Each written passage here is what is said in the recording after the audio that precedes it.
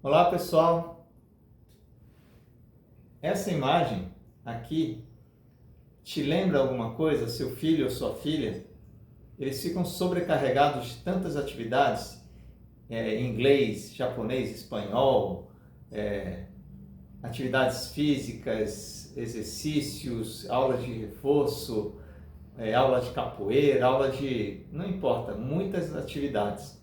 Então vamos bater um papinho sobre esse assunto, porque eu tenho visto muitos pais e mães falando: meu filho não tem tempo, meu filho não tem tempo. Mas antes de tudo, vamos rever um pouco a nós mesmos, porque uma coisa que eu aprendi com José Pacheco, tem uma frase muito boa que ele fala o seguinte: o professor não ensina o que ele transmite, ele ensina o que ele é. Então, pai e mãe, nós ensinamos o que nós somos. Então, se você está na correria dia a dia, o seu filho ou sua filha escuta muito: não tenho tempo, o tempo voa, o tempo é dinheiro. Vou fazer uma proposta para vocês. Pensa, troca a palavra tempo por vida. Olha só como soa diferente. A vida voa, a vida é dinheiro. Não tenho vida. Então, uma reflexão para a gente conversar um pouquinho aqui é sobre esse assunto e como o origami, ele é uma arte milenar japonesa que pode ser uma solução não só para os filhos e filhas, mas para todos nós termos um oásis dentro desse mundo tão conectado, tão corrido. Então vamos lá, mas antes de tudo eu vou passar um pequeno trecho aqui do filme O Pequeno Príncipe, que eu recomendo muito que vocês assistam. Vamos pegar esse trechinho aqui que é do plano de vida dessa mãe. De seu plano de vida.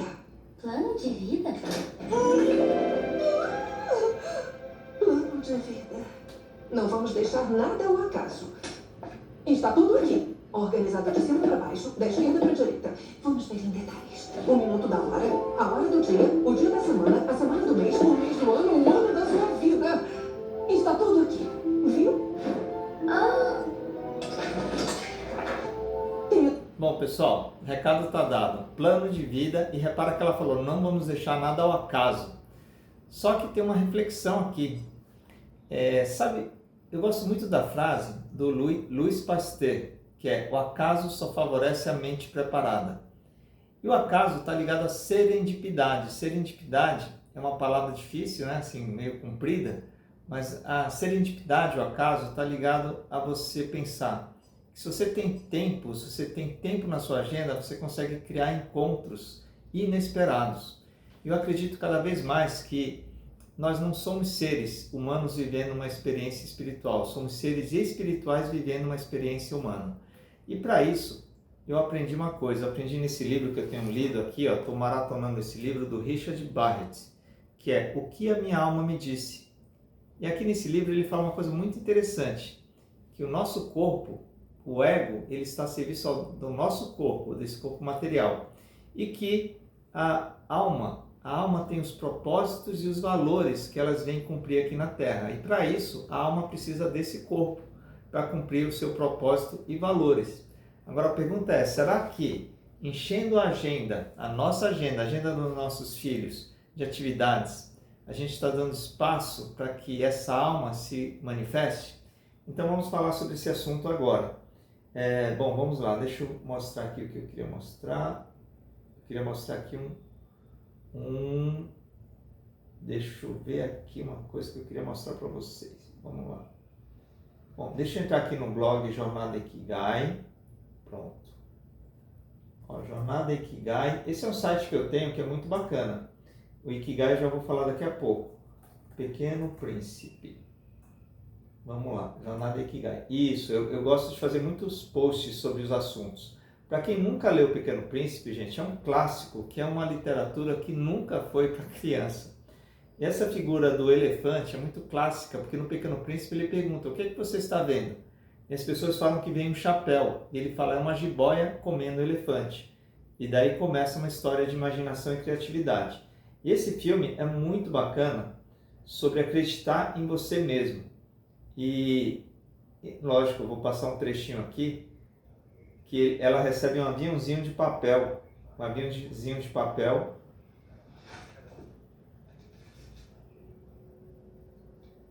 Então, gente, esse filme eu estou até com vontade de assistir hoje. Até porque quando eu falo, eu gosto de assistir novamente. E um aviãozinho de papel é sensacional, né?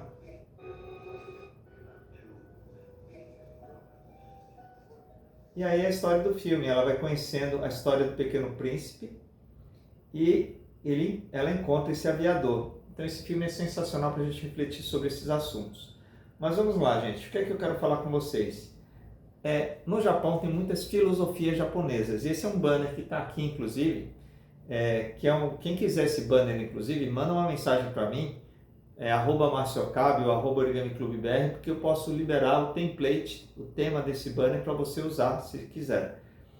Uma das principais filosofias japonesas, que é o Ikigai, está relacionado a você ter a sua razão de viver. Então, o primeiro ponto é esse. Se nós pais estamos na correria, trabalhando só pelo dinheiro, e a gente não tem um propósito, a gente precisa pensar o que é que eu estou dando como exemplo para o meu filho. Então, o Ikigai é a razão de viver segundo os japoneses. E no Ocidente criou essa mandala, que também é muito legal.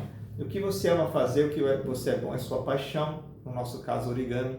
O que você ama fazer e o que o mundo precisa é sua missão, no meu caso levar uma educação mais engajadora para as crianças. Hoje a gente deu uma aula maravilhosa aqui para a mãe e filha, para a Isadora, a Isa e a sua mãe, a Mônica, e foi sensacional. E o que o mundo precisa e você paga para fazer é sua vocação. A minha vocação de fazer vídeos para YouTube, de ser palestrante, é uma vocação que eu descobri em 2015 somente, poderia ter descoberto antes. E o que você é bom e você é pago para fazer é sua profissão. E a minha profissão, uma das minhas profissões é origamista. Origamista com muito orgulho. E eu quero dizer o seguinte, muitas pessoas não sabem que origamista é uma profissão. E quando aquela palavra não existe, as pessoas não contratam. Então uma das minhas missões é tornar a palavra origamista uma profissão reconhecida. E quando você junta tudo isso em uma atividade única, que é o que a gente faz aqui no Origami Clube, se torna o nosso Ikigai, desse ponto de vista do Ocidente. Mas eu gosto de dizer que origami é fazer com cuidado e gentileza tudo aquilo que deve ser feito, como essas oficinas aqui no Sesc Ipiranga. Eu adorei muito essa foto do pai com a filha e da avó com a neta. Eu chamo isso de foto afetiva, que é uma foto que você captura esse momento único. E os japoneses têm muitas filosofias, como por exemplo, o kintsugi, é uma emenda de ouro, que fala que quando um pote quebra, você faz a emenda de ouro, e aquele pote ele passa a valer mais do que quando ele não estava quebrado. E é uma excelente metáfora para a vida. As pessoas vão ter cicatrizes, e nós pais e mães muitas vezes queremos defender nossos filhos, colocamos eles embaixo das nossas asas, não querendo que eles sofram. Só que na verdade os fracassos e desafios que eles enfrentam é o que vão se tornar eles pessoas mais fortes. Bom, gente, dá para falar muito mais aqui. Aliás, Ichigo Ichie é sensacional também, é uma filosofia japonesa que me levou inclusive a abrir uma empresa de foto afetiva, Ichigo Ichie, eternizando momentos únicos. Então depois vocês dão uma olhadinha, porque a ideia é você capturar depois de uma atividade com origami, você tira 2 fotos, uma normal e uma foto especial. Então, como fiz com essa família aqui, uma foto normal, e depois você pede para a família se entreolhar, elas olharem entre si. E usamos o origami como ferramenta para esse momento de conexão de família. Então, vamos lá, batendo papo aqui mais próximo. Por que o origami ele é diferente de natação, inglês, vôlei, tênis de mesa? Porque isso daí está no modo tradicional. As pessoas estão acostumadas a fazer o que é familiar. Agora, o grande segredo é você lembrar, nem sempre o que é familiar é o melhor. Por exemplo, quem já comeu comida japonesa e experimentou sashimi, às vezes aquele primeiro impressão não é muito boa, mas depois as pessoas se apaixonam pelo sashimi. Então, origami é a mesma coisa. Olha só o que a gente pode fazer. A gente pode ter, por exemplo, criar um peão de origami. Essa é uma atividade para fazer em família, porque são excelentes, são 3 peças. E a gente fez no Sesc São José dos Campos, basta procurar no Google Origami Sesc São José e vocês vão ver essa atividade. Esse flexágono, a gente está na 2ª turminha. Eu me tornei, gente, professor do Colégio Oshima, que é um dos melhores colégios de São Paulo, um colégio que segue muito os valores e a disciplina japonesa. É uma grande honra eu dizer que eu sou professor lá e eu estou levando algumas origamistas lá. Então, olha só, a criança quando faz uma atividade como essa. E lá no Oshima eu recebi de presente de um aluno esse origami, que é um origami modular, que é mais simples do que esse aqui. Esse aqui eu não fiz ainda, na verdade eu nem aprendi a fazer esse ainda. Então, gente, o origami, ele tem um conceito da cultura maker. E a cultura maker pressupõe que as pessoas façam coisas a partir do que elas têm de ideia, e não a partir do modelo que deram para elas. Então, esse é outro ponto importante. Quando você vai em alguns cursos de idioma, sem desmerecer, né? De idioma, você tem uma metodologia. Mas você vai lá no curso de tênis de mesa, que é maravilhoso também, eu adoro, mas você tem ali e fica repetindo, porque é aquela prática. Mas para existir a criatividade, a conexão humana, você ter trocas, por exemplo, a Isa fez aula aqui comigo, comigo não, com a Lisa, desculpa, a Lisa que deu aula para ela, e a gente teve uma boa conversa sobre vários outros temas que não eram só origami. E eu queria mostrar para vocês, para quem não conhece, Batalha Makers Brasil. Então, essa é uma coisa importante. Eu participei de um programa chamado Batalha Makers Brasil. Foi gravado em 2018 e em 2019 foi veiculado.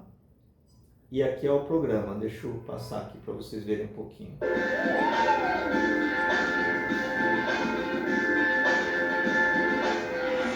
A batalha começa agora.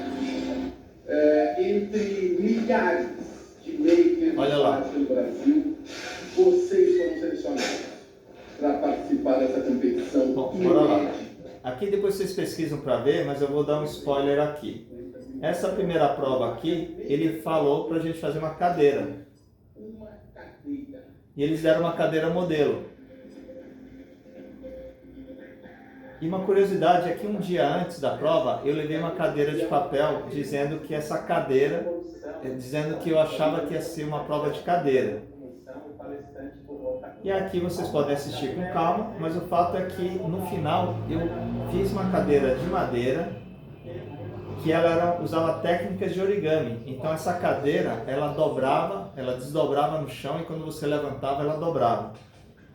E como foi uma cadeira que eu fiz, olha o que o Marcelo Tais vai fazer. Ele vai me desafiar a sentar na cadeira. Com segurança essa sua cadeira? Eu usaria. Você tem coragem de sentar nela agora e dar uma balançadinha? Eu posso sentar. Então vai. Vocês têm essa cadeira aqui, integração. Vou dar uma balançadinha, mas sobre controle. Você usou bastante criatividade, ficou interessante, mas no mesmo caso você também não usou nenhuma peça da cadeira original. Olha só que interessante, ficou sensacional a minha cadeira. Ela fazia o quê?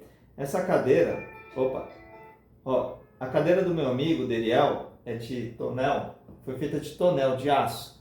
E a minha cadeira é de madeira, mas ela desdobrava no chão. E quando você levantava, ela dobrava novamente e virava uma cadeira.